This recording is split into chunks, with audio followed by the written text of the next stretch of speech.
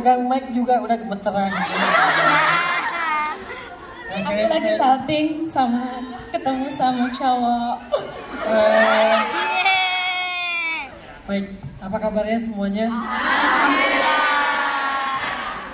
Kenapa kok nggak makan siang dulu tadi? Udah nggak penting ya, makan nggak penting ya.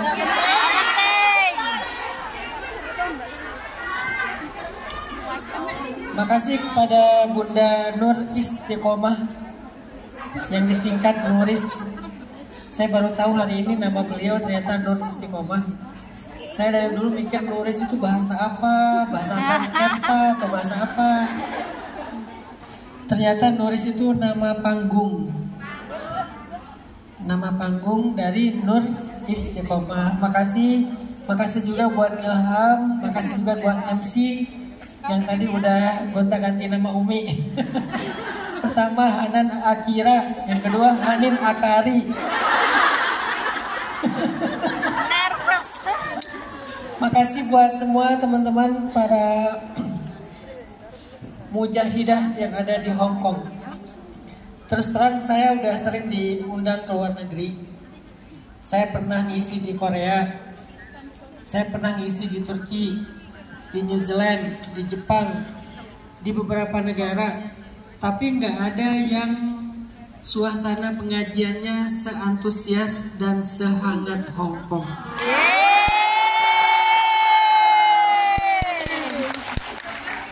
Padahal kalau mau dilihat di tempat lain itu kan ada mahasiswa, ada pekerja perawat, segala macam. Semuanya hebat, tapi nggak ada yang bikin saya ngerasa nyaman seperti ada di antara pejuang.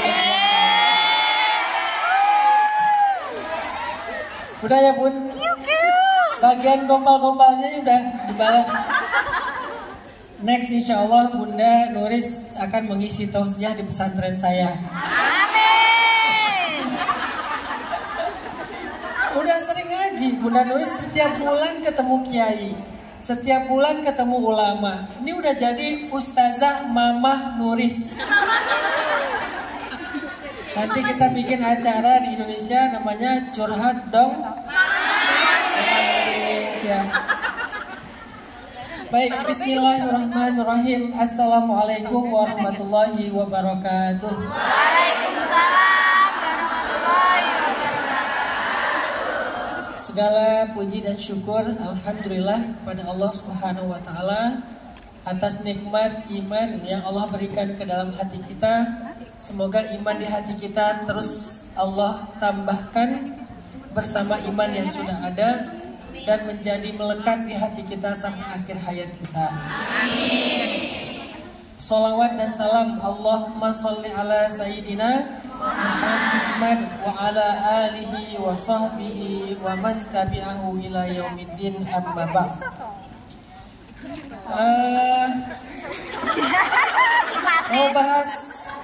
Mau bahas apa hari ini?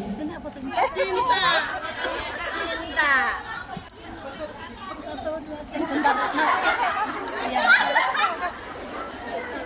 Ini yang pakai video gini udah filter belum? Gak usah filter, cakep. Filter dulu, saya nggak akan mau repost. Kalau videonya sajanya hitam tuh nggak mau.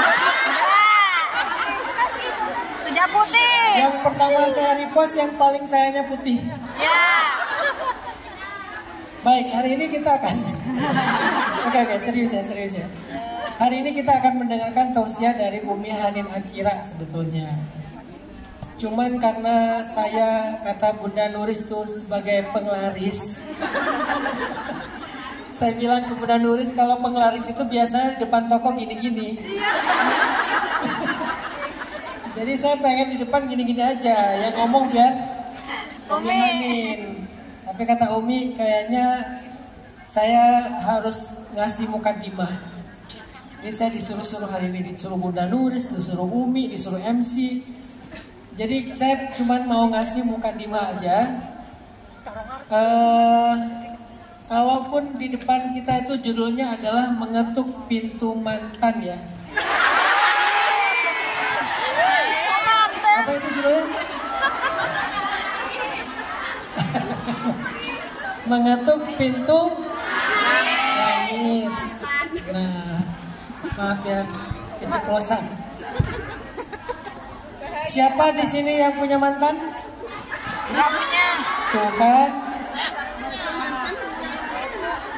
Kenapa saya ikut angkat ya? Oke, kita akan bahas. Saya cuma ingin menyampaikan mukadimah tentang mengetuk pintu langit. Apa sih arti dari judul ini? Apa Bunda artinya? Kok tiba-tiba ada judul mengetuk pintu langit ini? Emang langit ada pintunya ya? Ada ya? Ada. Oke gini, saya pengen memberi mukadimah dengan sebuah kisah. Jadi ceritanya dulu itu di zaman Nabi ada seorang pedagang yang melakukan perjalanan dagang dari Damaskus ke Madinah. Perdagangan dari Damaskus ke Madinah. Di tengah perjalanan, di tengah jalan, tiba-tiba orang ini dicegat oleh seorang perampok. Hartanya diambil, kemudian dianya mau dibunuh. Lalu dia bilang, biarkanlah saya hidup, lepaskanlah saya, ambil semua harta saya. Yang penting biarkan saya hidup. Kata perampok itu, harta kamu saya ambil, tapi kamu mau saya bunuh. Karena dia ngerasa udah gak punya lagi harapan untuk lolos. Dia lihat di sekelilingnya di lembah itu, dia ada di sebuah lembah. Di sekeliling lembah itu dia lihat banyak tengkorak manusia. Ternyata emang itu tempat pembegalan di zaman itu. Kalau sekarang mungkin klitih ya. Tahu klitih? Klitih itu di Jogja yang suka bacok-bacok orang. Tapi kalau klitih beda sama begal. Kalau begal ngambil harta, kalau klitih cuman pengen ya ngambil nyawa, cuman pengen nyakitin orang. Akhirnya pedagang ini bilang kepada perampok itu, ya udah kalau gitu beri saya waktu sebentar untuk usolli rakaatain, untuk sholat 2 rakaat. Karena yang dia minta cuma waktu untuk sholat 2 rakaat, perampok ini juga ngerasa kayak ya udahlah nggak terlalu lama. Ya udah if'al ma badalak, ajil kata dia. Ya udah lakukan apa yang kamu mau, tapi jangan lama-lama. Dia pun berwudu. Setelah selesai wudu dia sholat. Selesai sholat dia angkat tangan berdoa. Ini menunjukkan berdoa setelah sholat itu bukan bid'ah. Karena nanti apa yang terjadi ini dia ceritakan kepada Rasul dan Rasulullah tidak menyalahkan dia. Jadi setelah selesai dia sholat, dia berdoa. Di dalam doanya, dia membaca nama-nama Allah yang mulia, Asmaul Husna, sifat-sifat Allah. Dia baca semuanya dengan bacaan yang panjang. Kemudian terakhir dia katakan gini, Ya Mughith, aghithni. Ya Mughith, aghithni. Ya Mughith, aghithni 3 kali. Tiba-tiba ketika dia selesai membaca Ya Mughith Aghithni yang ketiga, maka datanglah seorang laki-laki penunggang kuda, memakai pakaian putih, ikat kepala berwarna hijau, dan dia membawa hirbah. Hirbah itu kalau bahasa sekarang adalah tombak. Dia datang dengan menunggang kuda yang larinya sangat cepat. Tiba-tiba dengan tongkat itu, dengan tombak itu dia memukul perampok dan perampok itu tersungkur. Kemudian laki-laki itu turun dari kudanya, dia datang kepada pedagang yang tadi sedang berdoa, dia serahkan tongkatnya atau tombaknya, dia katakan, Kum faktulhu, bangun ambil tombak ini, bunuhlah perampok itu. Karena perampok itu sudah terkapar, tapi belum mati. Kum faktulhu, sekarang ambil tombak ini, bunuh perampok itu. Kata laki-laki pedagang ini, Ma qataltu nafsan qad wa ma tatayyaba nafsi li qatlih. Aku nggak pernah bunuh orang dan aku nggak suka bunuh orang, kata dia. Akhirnya diambil lagi itu tombaknya sama laki-laki ini, dia tancapkanlah di tubuh perampok sehingga perampok itu pun mati seketika. Setelah kejadian ini, pedagang yang tadi masih terduduk, dia bertanya kepada laki-laki penunggang kuda. Dia bilang, "Man an? Kamu itu siapa? Kamu siapa? Kok tiba-tiba ada di tengah padang pasir? Kok tiba-tiba nolong saya? Kamu siapa?" Lalu kemudian penunggang kuda ini menjawab, "Ana malakun minas sama'its tsalitsah." Aku adalah malaikat dari langit ketiga. Ternyata malaikat beneran. Aku adalah malaikat dari langit ketiga yang diutus Allah untuk menolong kamu. Wahai pedagang, wahai fulan, ketika kamu mengucapkan ya mughith, aghithni yang pertama, ternyata langit itu berguncang. Langit berguncang. Kemudian para malaikat penduduk langit mengatakan, amrun hadas, amrun hadas, amrun hadas. Ada kejadian besar, ada kejadian besar, ada kejadian besar. Lalu kamu ucapkan lagi yang kedua, ya mughith, aghithni. Maka terbukalah semua pintu-pintu langit, seolah-olah daun-daun pintu langit itu bergesekan, krek krek krek krek krek krek, krek, terbuka semuanya. Lalu ketika engkau mengatakan ya mughith aghithni yang ketiga, turunlah malaikat Jibril. Kemudian malaikat Jibril berseru, wahai para malaikat, man lihadzal makruh, siapa yang mau menolong laki-laki yang sedang kesusahan ini? Semua malaikat mengangkat tangannya. Ana ya Rob, ana ya Rob, ya Allah tunjuk saya, ya Allah tunjuk saya. Akhirnya kemudian Allah menunjuk aku katanya, sehingga turunlah aku untuk menolong kamu dengan perintah Allah Subhanahu wa taala. Dia turun menjelma sebagai laki-laki yang sempurna, mengendarai kuda, membawa tombak, dan dia langsung membunuh perampok tersebut. Sehingga kemudian laki-laki pedagang ini selamat. Dia pun melanjutkan perjalanannya ke Madinah, membawa barang-barang dagangannya yang utuh, gak ada sedikit pun yang berkurang. Sampai di Madinah dia ketemu dengan Rasulullah dan dia ceritakan kisahnya kepada Rasul. Berarti pedagang ini kalau udah bisa ketemu Rasul namanya sahabat. Berarti ini terjadi di zaman Nabi. Walaupun dia ketemu Nabi cuma sekali, tapi kalau ketemu dengan Nabi sekali walaupun cuma sedetik aja, itu masuk langsung kepada golongan sahabat Nabi. Dia ceritakan kisahnya kepada Nabi. Setelah dia menceritakan kisahnya kepada Nabi, Nabi bilang, ya fulan, wahai pedagang, sesungguhnya engkau telah mengetuk pintu langit dengan nama-nama yang mulia di antara nama-nama Allah. Maka Allah memberikan kepadamu pertolongan dari jalan-jalan yang tidak engkau duga. Nah pertanyaannya, apa yang dibaca oleh laki-laki ini? Kok sampai langit itu terbuka, langit itu berguncang, malaikat semuanya pada heboh. Kalau bahasa sekarang itu tiba-tiba dia trending di langit. Tiba-tiba dia viral di langit. Tiba-tiba dia masuk ke lambe malaikat. Lambe turah pembicaraannya para malaikat ya. Kan ada lambe turah, ada lambe malaikat, ada lambe syariah. Apa itu lambe syariah? Gosip sambil zikir.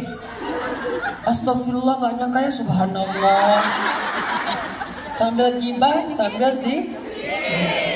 Akhirnya dia viral di langit. Dia trending, dia viral, dia dibicarakan oleh para malaikat. Bahkan malaikat semua berlomba-lomba pengen turun untuk nolong dia. Yang kemudian Allah memerintahkan salah satu di antara malaikat itu yang dipilih menolong dia. Apa yang dia baca? Kok bisa doanya itu bisa mengguncang langit, mengetuk pintu-pintu langit? Ternyata yang dia baca adalah kalimat Asma'ullahil Husna. Kemudian yang dia baca adalah Sifatullahil Ulya. Dia membaca dua kalimat yang agung. Satu nama-nama Allah, dua sifat-sifat Allah. Sehingga siapa yang menghafal nama-nama Allah, kemudian dia baca di dalam doanya sesuai dengan tema doanya, lalu dia sebutkan kebesaran Allah dengan sifat-sifatnya, Allah maha tinggi, Allah maha kuasa, atau dia baca aja sifat wujud qidam baqa, Allah wujud qidam baqa, mukhalafatul hawadisi qiyamu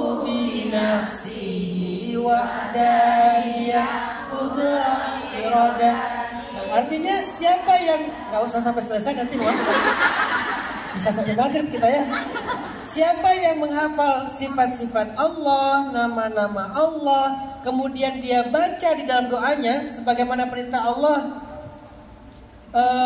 sebutlah Allah atau sebutlah Asmaul Husna, mana saja di antara nama-nama itu yang kamu sebut, maka insya Allah itu adalah nama-nama yang bisa mengetuk pintu langit. Pertanyaannya sekarang, kalian kalau berdoa manggil Allah itu apa? Ya Allah. Allah. Apa lagi? Ya Rahman, Ya Rahim. Padahal yang diminta tentang mantan. Kalau tentang mantan manggilnya apa?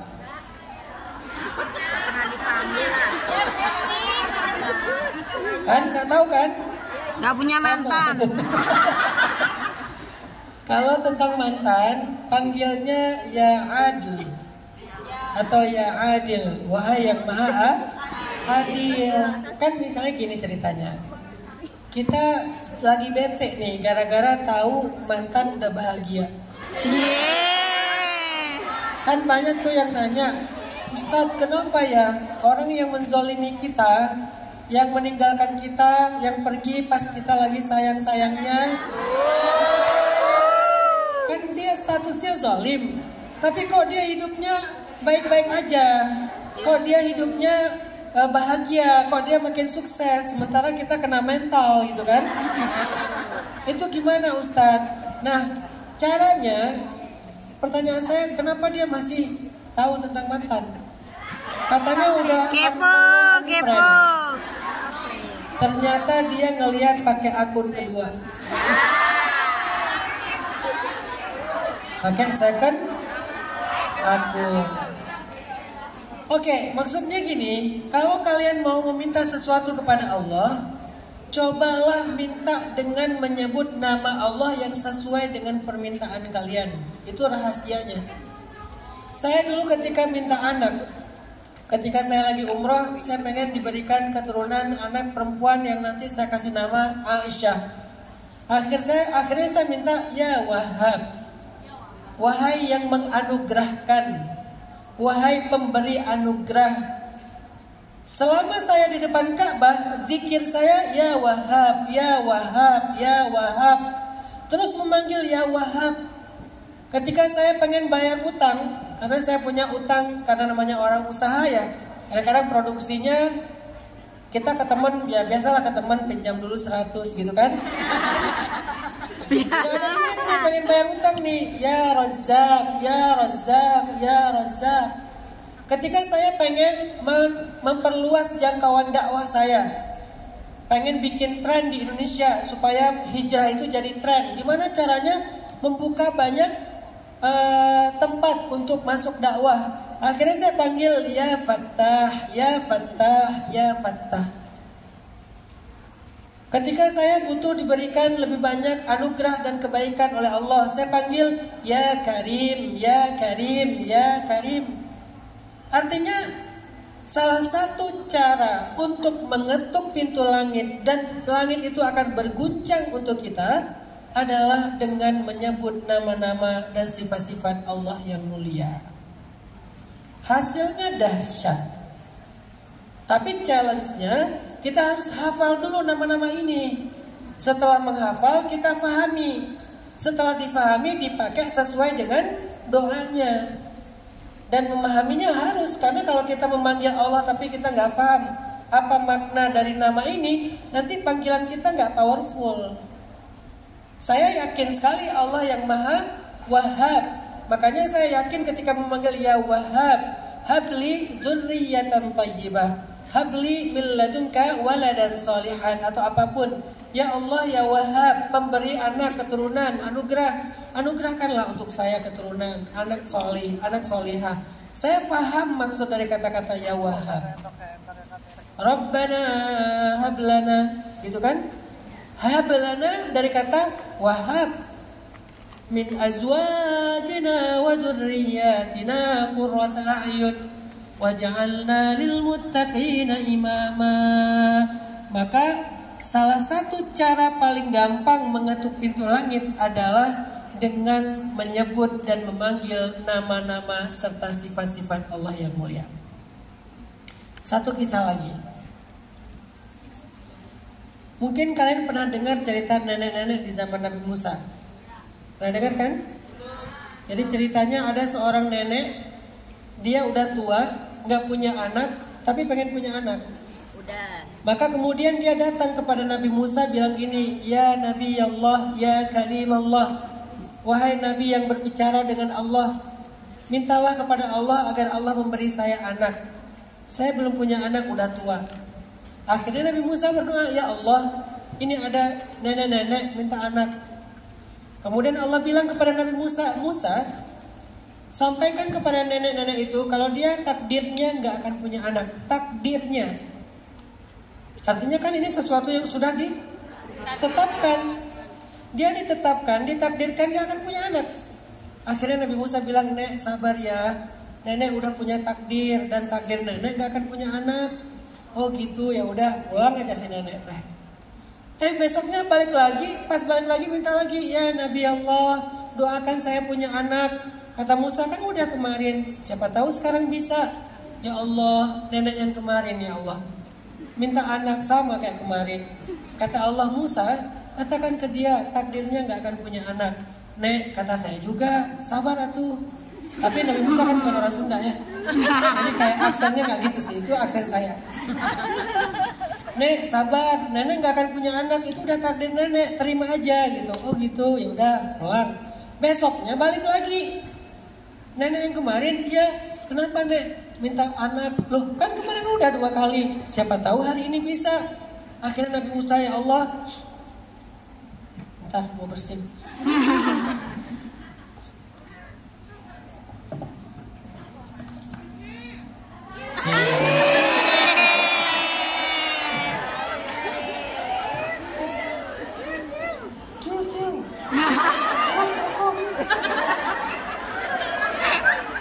Jeruk. Sampai di mana tadi? Bersin. Nenek bersin. Cerita si nenek itu sampai mana?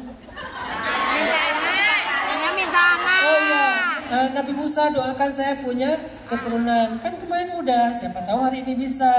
Ya Allah, kata Nabi Musa, ini nenek yang kemarin lagi, dan dia minta sesuatu yang sama. Kata Allah, Musa, sampaikan ke dia, takdirnya gak akan punya anak. Akhirnya Musa bilang, Nek, saya harus ngomong gimana ya? Kan nenek takdirnya gak akan punya anak. Ya udah, terima aja. Oh ya udah, pulang aja. Pulang gak balik-balik lagi dalam waktu berapa lama. Tiba-tiba setelah sekian lama, datang-datang bawa bayi. Datang-datang, si nenek teh bawa bayi. Ditanya sama Nabi Musa, ini nenek yang dulu kan? Ya. Ini siapa? Ini bayi saya, anak saya. Agak lain. Ini neneknya agak lain gitu kan ya. Loh, bayi gimana Nek? Maksudnya, ya bayi saya, anak kandung saya, anak biologi saya. Kok bisa ceritanya punya anak? Kan takdirnya gak akan punya anak. Ya udah, Nabi Musa tanya aja sama Allah. Akhirnya Nabi Musa tanya, ya Allah, gimana cerita si nenek-nenek itu punya anak? Kan kata Allah gak akan punya anak takdirnya. Wahai Musa, kata Allah, setiap kali dia pulang meminta anak, aku katakan dia gak akan punya anak. Sepanjang jalan dia memanggil aku dengan kata-kata, ya Rahim irhamni, ya Rahim irhamni, ya Rahim irhamni. Rahim, kenapa kandungan dalam bahasa kita dikenal dengan istilah Rahim? Karena itu rahmah dari Allah. Dan Allah yang memberikan rahmah itu namanya Ar-Rahim. Sehingga nenek ini memanggil, ya Rahim, kasihanilah saya. Ya Rahim, kasihanilah saya. Maksudnya kalau saya mati gak punya anak, siapa yang akan mengurus saya? Siapa yang akan mendoakan saya? Ya Rahim, kasihanilah saya. Sepanjang jalan, sepanjang hari, berminggu-minggu, berbulan-bulan, wahai Musa, dia terus memanggil namaku, ya Rahim, ya Rahim. Ya Rahim, ya Rahim. Maka wahai Musa, ketahuilah sesungguhnya dengan rahmatku aku rubah takdirnya sehingga dia menjadi punya anak. Coba bayangkan, takdir udah ditetapkan. Kalau dalam hadis istilahnya, pena sudah diangkat, kertas sudah kering. Artinya nggak bisa dirubah. Tapi Allah Maha Kuasa atas segala sesuatu. Dengan panggilan Ya Rahim, Ya Rahim, Ya Rahim, wahai yang memiliki rahmat. Akhirnya kata Allah, dengan rahmat itulah aku merubah takdirnya wahai Musa. Itulah dahsyatnya mengetuk pintu langit. Sekarang pertanyaannya, apa hajat kita? Apa hajat kalian? Kalau kalian cuma mengetuk pintu akun media sosial, minta di fallback, minta di repost, minta apa misalnya di like ya, minta komen, minta share, minta subscribe, minta FYP dan segala macam, kita kadang-kadang akan kecewa. Karena yang kita ketuk itu adalah pintu-pintu manusia, namanya pintu digital. Atau kita ngetuk pintu manusia lewat japrian, kita WA teman kita, WA keluarga kita. Kadang kita juga diabaikan. Kadang-kadang WA-nya ketumpuk gak dibalas-balas. Bunda Nuris sering komplain sama saya, gara-gara WA-nya 2 bulan sekali baru dibalas teh. Bukan saya menganggap Bunda Nuris gak penting sih, karena Bunda Nuris nge-WA pas saya lagi ngajar. Begitu saya buka udah ketumpuk tuh. Sehari kan WA-nya bisa masuk ratusan. Jadi begitu yang di WA gak dibaca, ketumpuk, akhirnya lupa dalam waktu yang lama. Tiba-tiba Bunda Nuris ngebujuknya lewat Umi Hanin. Kalau Umi Hanin yang WA walaupun ketumpuk dia muncul lagi. Apa sih? Oke. Jadi maksudnya kalau kita ketuk pintu manusia, pintu digitalnya, pintu sosial medianya, kita bakal kecewa. Kita mengetuk pintu rumahnya, kita bakal kecewa. Satu-satunya pintu yang diketuk tidak mungkin gak dibuka adalah pintu rahmat Allah. Pintu manusia kadang dibuka, kadang ditutup. Ketika dia ngerasa kepayahan, dia tutup. Ketika dia ngerasa capek, dia tutup. Ketika dia ngerasa terganggu, dia tutup. Sedangkan Allah, la ta'khuduhu sinatu wa la naum wa la ya'uduhu hifdhuhuma. Jadi nggak pernah ngantuk, nggak pernah lelah, nggak pernah capek. Apa alasan Allah untuk menutup pintu itu? Nggak ada. Karena Allah tuh maha kuasa. Udah gitu maha baik. Sedangkan manusia kadang baik, kadang jengkelin ya. Kadang dia baik banget kayak malaikat, tiba-tiba jadi ya gitu deh. Jadi artinya kalau kalian mau hidupnya mudah, belajarlah tentang gimana cara ngetuk pintu langit. Karena kita tahu banget cara ngetuk pintu bumi, tapi nyatanya sering mengecewakan. Sekarang saatnya kita belajar mengetuk pintu langit. Pintu bumi itu termasuk pintu hatinya. Gimana caranya biar dia berkenan sama kita, mau sama kita, mau komitmen dengan kita. Kadang kita mengecewakan. Ketika kita ketuk pintu hatinya, dia malah memberikan hati itu kepada orang lain. Maka ketuklah pintu pemilik hatinya. Bukan pintu hatinya, tapi pintu pemilik hatinya. Karena hati bukanlah milik kita, tapi milik Allah. Jadi apapun hajat kalian, belajarlah tentang gimana cara mengetuk pintu langit. Salah satu cara mengetuk pintu langit yang paling dahsyat adalah dengan memanggil nama-nama Allah yang mulia. Allah Ar-Rahman, Ar-Rahim, sifat-sifatnya yang mulia, panggil dengan panggilan yang panjang berkali-kali, nanti kemudian terakhir baru minta. Jadi doa itu jangan template. Jangan standar-standar aja, asal angkat tangan, Rabbana atina fid dunya hasanah wa fil akhirati hasanah. Itu kan template. Udah gitu nggak ada muji-muji Allahnya, nggak ada solawat-solawatnya.